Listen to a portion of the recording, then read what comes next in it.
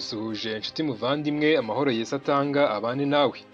Nyuma yo kurebera hamwe ibimenyetso bigaragaza kugaruka kwa Yesu, reka turebe uko bizaba byifashe ku munsi Yesu azagarukaho. Tunarebe kandi bizakurikira kugaruka kwe. Turasaba Imana ngo yohereze Mwuka Wera ngo atubashishe gusobanukirwa ubutumwa bwiza nk'uko tubusoma muri Bibiliya. Nguhaye ikaze.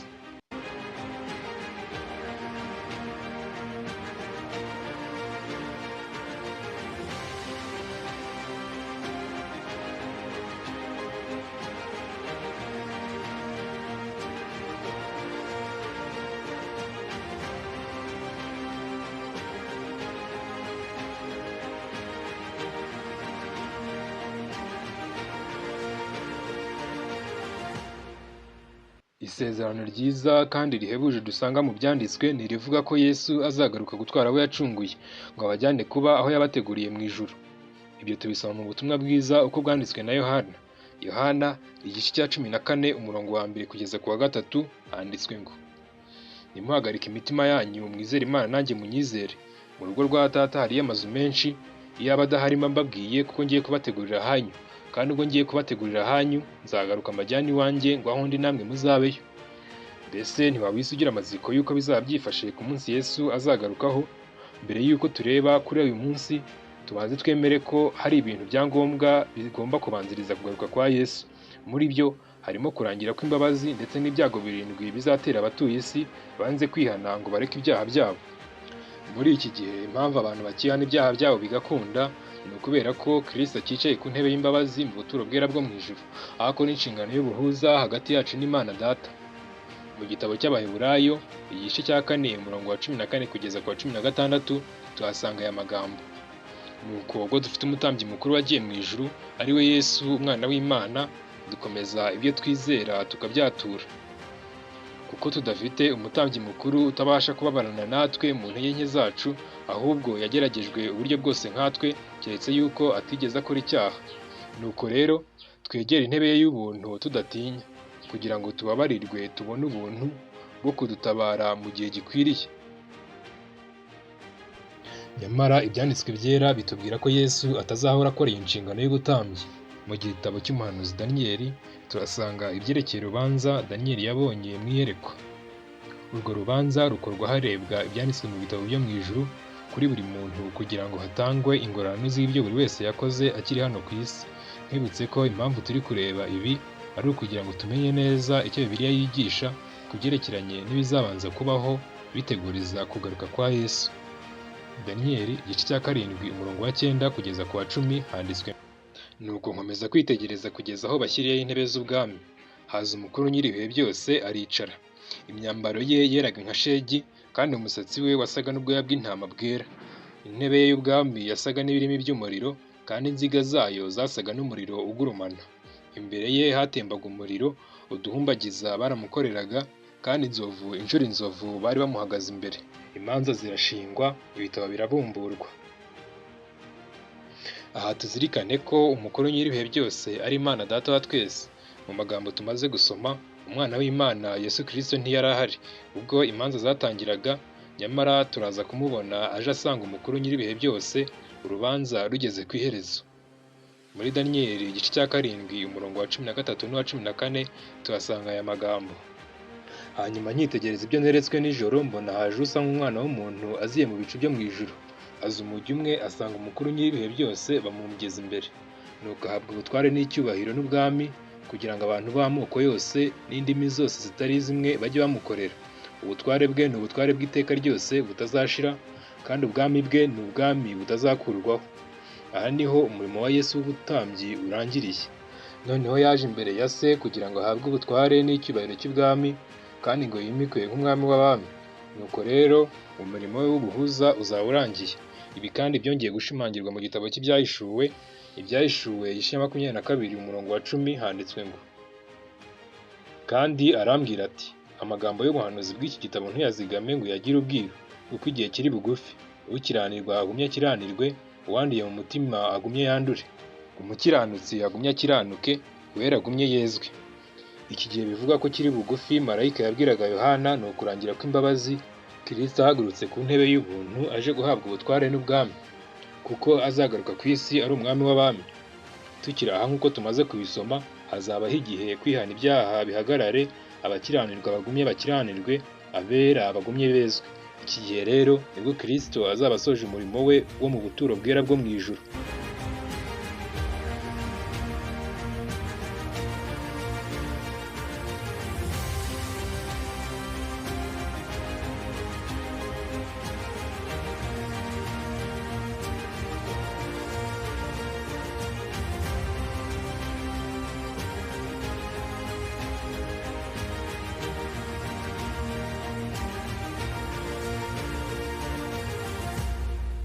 Ikindi kintu kizabanziriza kugaruka kwa Yesu aricyo kizakurikira irangira ry'imbabazi ni ibyago birindwi. Ibi ntitwabivugaho byinshi kuko Bibiliya ibivuga mu buryo bweruye kandi bwumvikana. Ibi byago bizagera ku bantu bakomeza kwica amategeko y'Imana nkana, bakanga kumva irarika rya Mwuka Wera. Imana yabagereranyije nk'abaramya inyamaswa n'igishushanyo cyayo, ariko by'iyi nyamaswa n'igishushanyo cyayo ntituri bubivugeho muri iki kiganiro. Reka turebe ibyo byago n'uburyo bizagera ku banze kwihana. Ibyahishuwe igice cya 16 handitswe ngo, numva ijwi rirenga rivugira muri rwa rusengero ribwira abamarayika barindwi riti, nimugende musuke mu isi izo nzabya ndwi z'umujinya w'Imana. Uwa mbere aragenda asuka urwabya rwe mu isi, abantu bafite ikimenyetso cya nyamaswa bakaramya igishushanyo cyayo bafatwa n'ibisebe bikomeye bibi. Uwa kabiri asuka urwabya rwe mu nyanja, ihinduka amaraso nk'ay'intumbi. Ikintu cyose cyo mu nyanja gifite ubugingo kirapfa. Uwa gatatu asuka urwabya rwe mu nzuzi n'imigezi n'amasoko, nabyo bihinduka amaraso. Numva marayika w'amazi avuga ati, wawera we uriho, wahozeho kandi uzahoraho, uri umukiranutsi, kuko uko ariko wabitegetse. Bavushije amaraso y'abera n'ay'abahanuzi, nawe ubahaye amaraso ngo abe ariyo banywa, ibyo bibakwiriye. Nuko marayika wa kane asuka urwabya rwe mu zuba, rihabwa kokesha abantu umuriro. Abantu bose boswa n'icyokere cyinshi, batuka izina ry'Imana ishobora kubateza ibyo byago, ntibihana ngo bayihimbaze. Marayika wa gatanu asuka urwabya rwe ku ntebe ya nyamaswa, ubwami bwayo bucura umwijima. Kuribwa gutuma bahekenya indimi zabo, kandi kuribwa kwabo n'ibisebe byabo bituma batuka Imana nyir'ijuru, ntibihana imirimo yabo. Marayika wa gatandatu asuka urwabya rwe mu ruzi runini Ufurati, amazi yarwo akamera kugira ngo inzira y'abami baturuka iburasirazuba yitegurwe. Nuko mbona mu kanwa ka cya kiyoka no mu kanwa ka ya nyamaswa no mu kanwa ka wa muhanuzi w'ibinyoma haturuka imyuka itatu isa n'ibikeri, kuko ariyo myuka y'abadayimoni ikora ibitangaza igasanga abami bo mu isi, ngo ibahururize kujya mu ntambara yo ku munsi ukomeye w'Imana ishobora byose, ibateraniriza ahantu mu Ruheburayo hitwa Herimagedoni. Marayika wa karindwi asuka urwabya rwe mu kirere, ijwi rirenga rivugira mu rusengero kuri ya ntebe riti, birarangiye. Habaho imirabyo n'amajwi no guhinda kw'inkuba, habaho igishyitsi cyinshi. Igishyitsi gikomeye gityo ntikigeze kubaho uhereye aho abantu babereye mu isi. Wa mudugudu ukomeye ugabanywamo gatatu, imidugudu y'amahanga iragwa, Babuloni ikomeye yibuka imbere y'Imana, ngo ihabwe agacuma k'inzoga ariyo nkazi y'umujinya wayo. Ibirwa byose birahunga, kandi imisozi ntiyaboneka. Urubura rukomeye rumanukira abantu ruvuye mu ijuru, ibuye ryarwo rimwe riremera nk'italanto. Icyo cyago cy'urubura gituma abantu batuka Imana, kuko icyo cyago gikomeye cyane. Nyuma y'ibi byago rero nibwo hazabaho ikintu kidasanzwe mu isanzure, icyo abantu bo mu bisekuru bitandukanye bategereje. Iki kizaba kigiye guhindura amateka, kubera ko icyaha n'ingaruka zacyo bizaba birangiye. Icyo kintu tuvuga ni ukuza k'Umwana w'Imana ari kumwe n'abamarayika be bose, nibwo azatunga ku bicu agendereye iyi si, aje gutwara abamwizeye bose.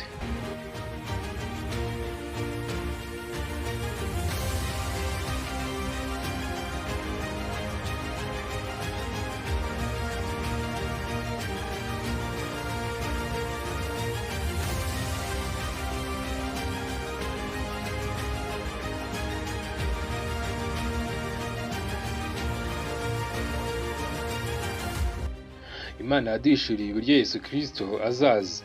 Aha akwiye kwitonderwa kuko hari ababivuga mu buryo butandukanye n'uko Bibiliya yigisha. Yesu ubwe azagaruka nk'uko yagiye. Ubwo Yesu yazamukaga mu bicu, abamarayika babiri basanze abigishwa bari batumbiriye mu kirere bakurikije amaso umwami wabo wari ubakuwemo. Barababaza bati, bagabo b'i Galilaya, kuki muhagaze mutumbira mu ijuru? Yesu bakuwemo akazamuka mu ijuru, azaza atyo nk'uko mumubonye ajya mu ijuru. Tubisaba mu Byakozwe n'Intumwa, igice cya 11 umurongo wa 11. Mu yandi magambo baravuze bati, nk'uko umwami yarabavanywemo we ubwe nk'ikinyabuzima gifite amaraso n'umubiri, atari umugabane w'umwuka, agomba kugaruka ku isi ariko ameze. Kandi kugaruka kwe kwa kabiri kuzaba guhuje neza nk'ukwa mbere. Kugaruka kwa Kristo kuzaba kugaragarira amaso. Kugaruka kwa Yesu ntabwo kuzumvikanira mu mitima imbere nk'ikintu kitagaragarira amaso, ahubwo ni nko guhura n'umuntu ugaragara. Akuraho ikintu icyo ari cyo cyose cyateza gushidikanya uburyo azagaruka bikagaragarira amaso ya buri wese. Yesu yaburiye abigishwa be ko batagomba gufata kugaruka kwe nk'ikintu kizakorwa mu ibanga, aho yagereranije kuza kwe kwa kabiri nk'uko umurabyo ugaragarira hose mu mucyo wawo. Tubisoma muri Matayo igice cya 24 umurongo wa 27.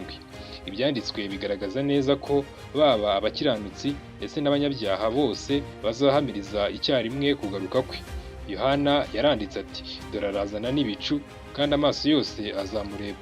Ibyahishuwe igice cya 1 umurongo wa 7. Kandi Kristo yerekanye igisubizo cy'abanyabyaha. Amoko yose yo ku isi azaboroga, kandi bazabona Umwana w'umuntu aza amanukana n'ibicu ava mu ijuru afite ubushobozi n'icyubahiro cyinshi. Matayo igice cya 24 umurongo wa 30. Mu gushimangira ishusho y'uburyo isi yose izamenya ibyo kugaruka kwa Kristo, ni imvugo ya Bibiliya ko kuza kwe kuzamenyekanira mu rusaku ruzumvikana ndetse n'amaso akabyibonera. Umwami we ubwe azamanuka ava mu ijuru, hazumvikana urusaku rwinshi hamwe n'ijwi rya marayika ukomeye ndetse n'impanda y'Imana. Urwandiko rwa mbere Pawulo yandikiye Abatesalonike igice cya 4 umurongo wa 16. Ijwi rirenga ry'impanda riherekejwe n'urusaku rw'abantu, muri make nta banga ribirimo. Ikintu cy'ingenzi cyane kizaba mu iyimikwa ry'ubwami bw'iteka ryose bwa Kristo ni uguhuriza hamwe abacunguwe bose bavuye mu mpande zose z'isi, nk'uko tubisoma muri Matayo igice cya 24.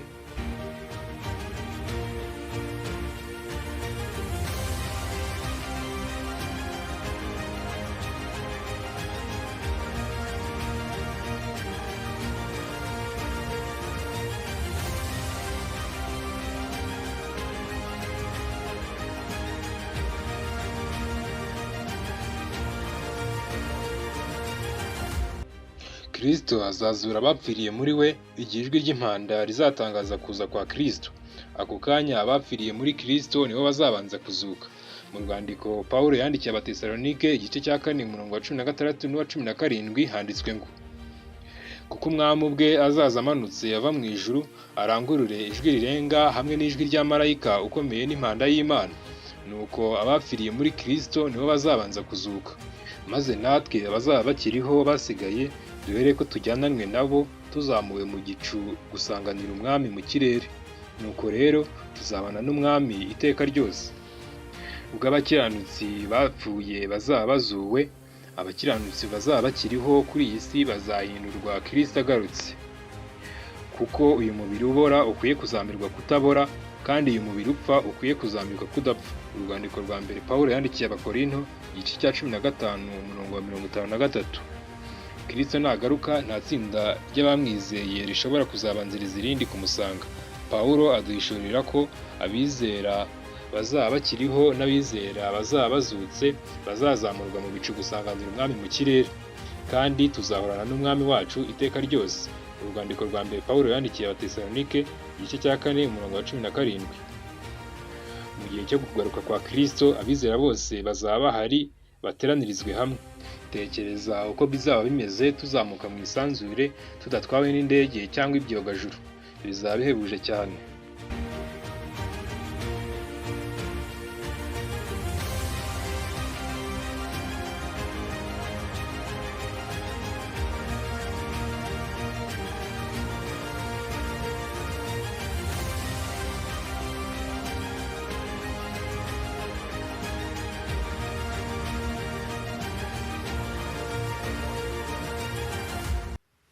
None se ni iki kizakurikira kujyanwa mu ijuru kw'abakiranutsi?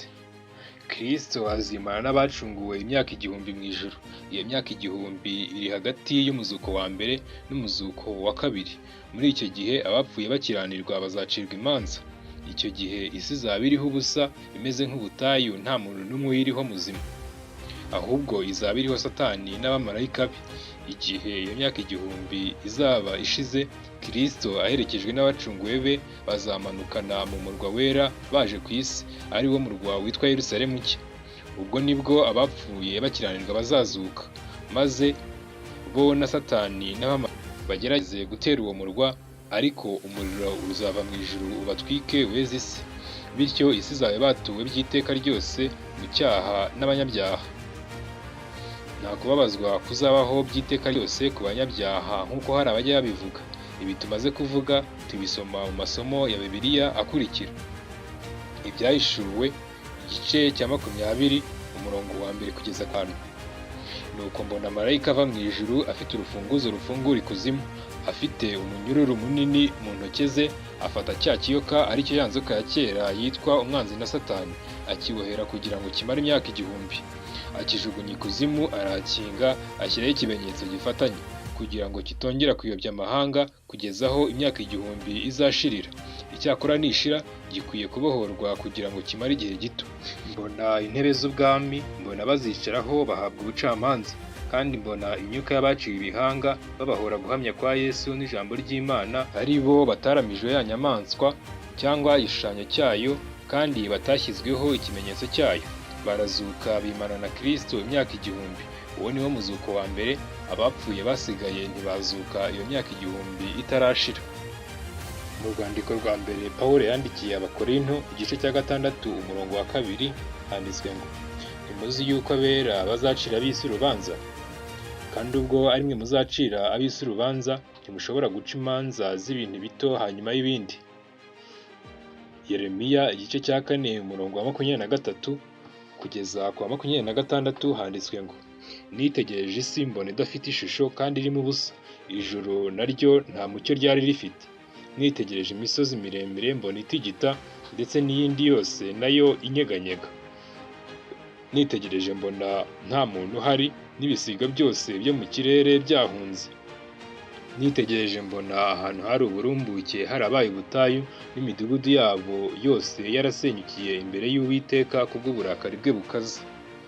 Ibyahishuwe igice cya 21 umurongo wa 1 kugeza ku wa 5 ho haravuga hati: mbona ijuru rishya n'isi nshya, kuko ijuru rya mbere n'isi ya mbere byari byashize, n'inyanja yari itakiriho. Mbona ururembo rwera Yerusalemu nshya rumanuka ruva mu ijuru ku Mana, rwiteguye nk'uko umugeni arimbishirizwa umugabo we. Numva ijwi rirenga rivuye kuri ya ntebe rivuga riti: dore ihema ry'Imana riri hamwe n'abantu, kandi izaturana nabo, nabo bazaba abantu bayo, kandi Imana ubwayo izabana nabo ibe Imana yabo. Izahanagura amarira yose ku maso yabo, kandi urupfu ntiruzabaho ukundi.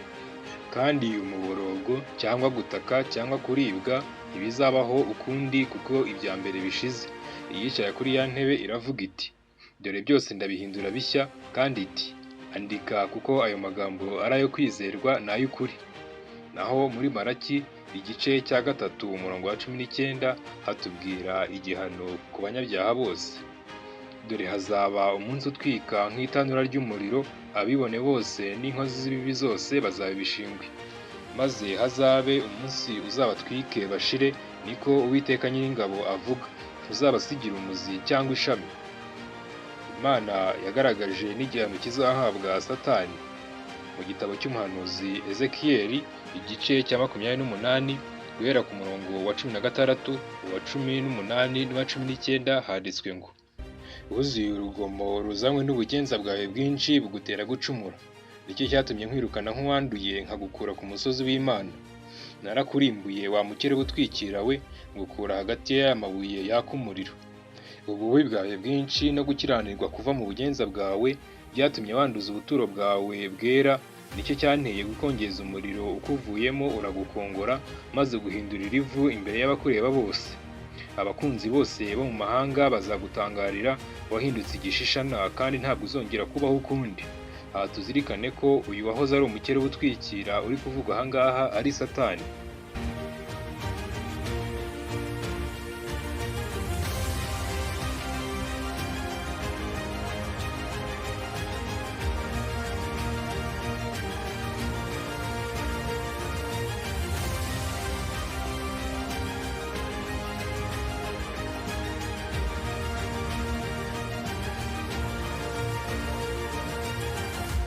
gusoza icyo twavuga kinejeje ni uko urupfu ruzavaho, kandi inkuru nziza ni uko buri wese afite amahirwe yo guhitamo iri sezerano rikaba irye.